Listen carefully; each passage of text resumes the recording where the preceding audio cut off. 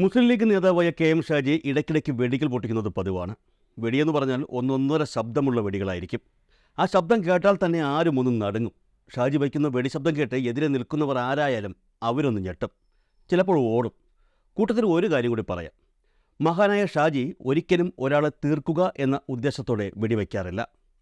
ഷാജി വെടിവെക്കുന്നതൊക്കെ ആകാശത്തേക്കാണ്.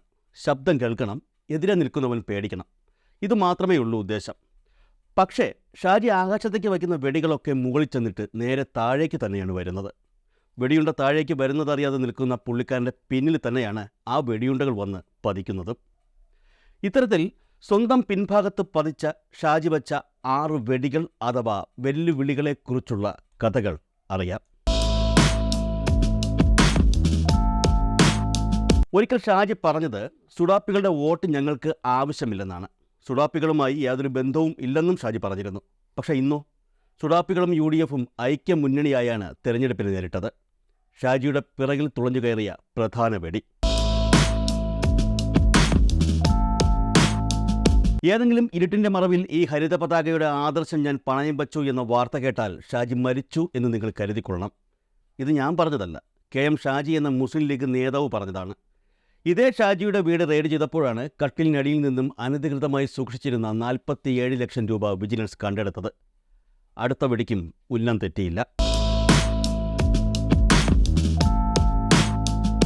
ഒരിക്കൽ വികാരാധീതനായി കെ.എം. ഷാജി പറഞ്ഞു, ഞാൻ ഈ പച്ചപ്പതാക നെഞ്ചേറ്റിപ്പിടിച്ച ഒരു മുസ്ലിം ലീഗുകാരനാണ്. കെ.എം. ഷാജിക്ക് നിറയെ കയ്യടി നേടിക്കൊടുത്ത ഒരു പ്രസംഗത്തിലെ വരികളായിരുന്നു അത്. പ്രസംഗം കേട്ടുകൊണ്ടിരുന്ന മുസ്ലിം ലീഗുകാർ കോരിത്തരിച്ച സമയം. കുഞ്ഞാലിക്കുട്ടിക്ക് ശേഷം ആര് എന്ന ചോദ്യത്തിന് കെ.എം. ഷാജി എന്നിവരെ ചിലർ ഉത്തരം പറഞ്ഞു തുടങ്ങിയ സമയം. പക്ഷേ മാസങ്ങൾ കഴിഞ്ഞപ്പോൾ കഥ മാറി. വയനാട് രാഹുൽ ഗാന്ധി മത്സരിക്കുന്നതുമായി ബന്ധപ്പെട്ട് മുസ്ലിം ലീഗിൻ്റെ കൊടി കോൺഗ്രസ്സുകാർ ഉയർത്താൻ സമ്മതിക്കാതെ വന്നപ്പോൾ അതിനെ ന്യായീകരിച്ച് സാക്ഷാൽ കെ.എം. ഷാജി തന്നെ രംഗത്തെത്തിയിരുന്നു. ഞങ്ങളുടെ പ്രശ്നം പച്ചയൊന്നുമല്ല, ഞങ്ങളുടെ പ്രശ്നം കൊടിയൊന്നുമല്ല. നാളെ ഈ കൊടിയിൻ്റെ നിറം മാറ്റാൻ പറഞ്ഞാൽ ഞങ്ങൾക്ക് പ്രശ്നമല്ല. എങ്ങനെ ഇരിക്കുന്നു? അടുത്ത വെടിയും ലക്ഷ്യത്തിൽ തന്നെ.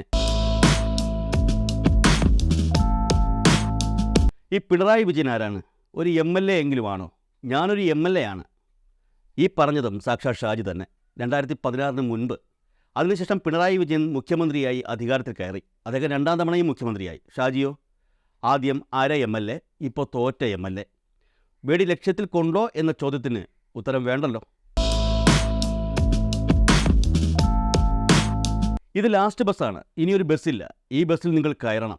രാഹുൽജി നമ്മുടെ രാജകുമാരനാണ്. ഒരു പ്രധാനമന്ത്രിക്കാണ് നിങ്ങൾ വോട്ട് ചെയ്യുന്നത്. കെ.എം. ഷാജിയുടെ അടുത്ത വെടി. അമേഠിയും തോറ്റ് 50 സീറ്റ് പോലും തികച്ചു നേടാനാകാതെ, പ്രതിപക്ഷ നേതാവ് സ്ഥാനം പോലും ലഭിക്കാതെ, ബോണ്ടയിൽ നിന്ന് ഫാൻസി ഡ്രസ്സും കളിച്ച് പാവൻ രാഹുൽജി നടക്കുകയാണ്. അങ്ങനെ ആ വെടിയും മുകളിൽ പോയി പരമാവധി ശക്തിയോടെ തിരിച്ചു വരികയായിരുന്നു.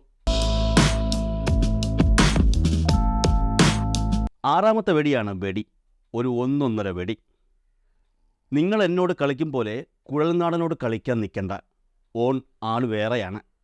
മാസപ്പടി വിവാദത്തിൽ മാസ് ഡയലോഗുമായി ഷാജി എത്തിയ ദിവസം അന്ന് ലീഗുകാർക്ക് മാത്രമല്ല കോൺഗ്രസ്സുകാർക്കും ഉത്സവ ദിനമായിരുന്നു. എന്തായാലും വച്ച വടി പാഴായില്ല. പോയ അതേ സ്പീഡിൽ തിരിച്ചു വന്ന് പതിക്കേണ്ടിടത്ത് പതിച്ചിട്ടുണ്ട്. കെ.എം. ഷാജി വേദന കൊണ്ട് പുളയുമ്പോൾ നാട്ടുകാർ കുഴലപ്പം കൊണ്ട് ഊത്തൂതി കളിച്ചുകൊണ്ടിരിക്കുകയാണ്. എന്തായാലും കെ.എം. ഷാജിയുടെ പ്രഖ്യാപനങ്ങൾ ഇങ്ങനെ വരികയാണെങ്കിൽ ഗാഡിപ്പയ്യൂർ പണി നിർത്താൻ സാധ്യതയുണ്ടെന്നുള്ള വിവരങ്ങളും ഇപ്പോൾ പുറത്തു വരുന്നുണ്ട്.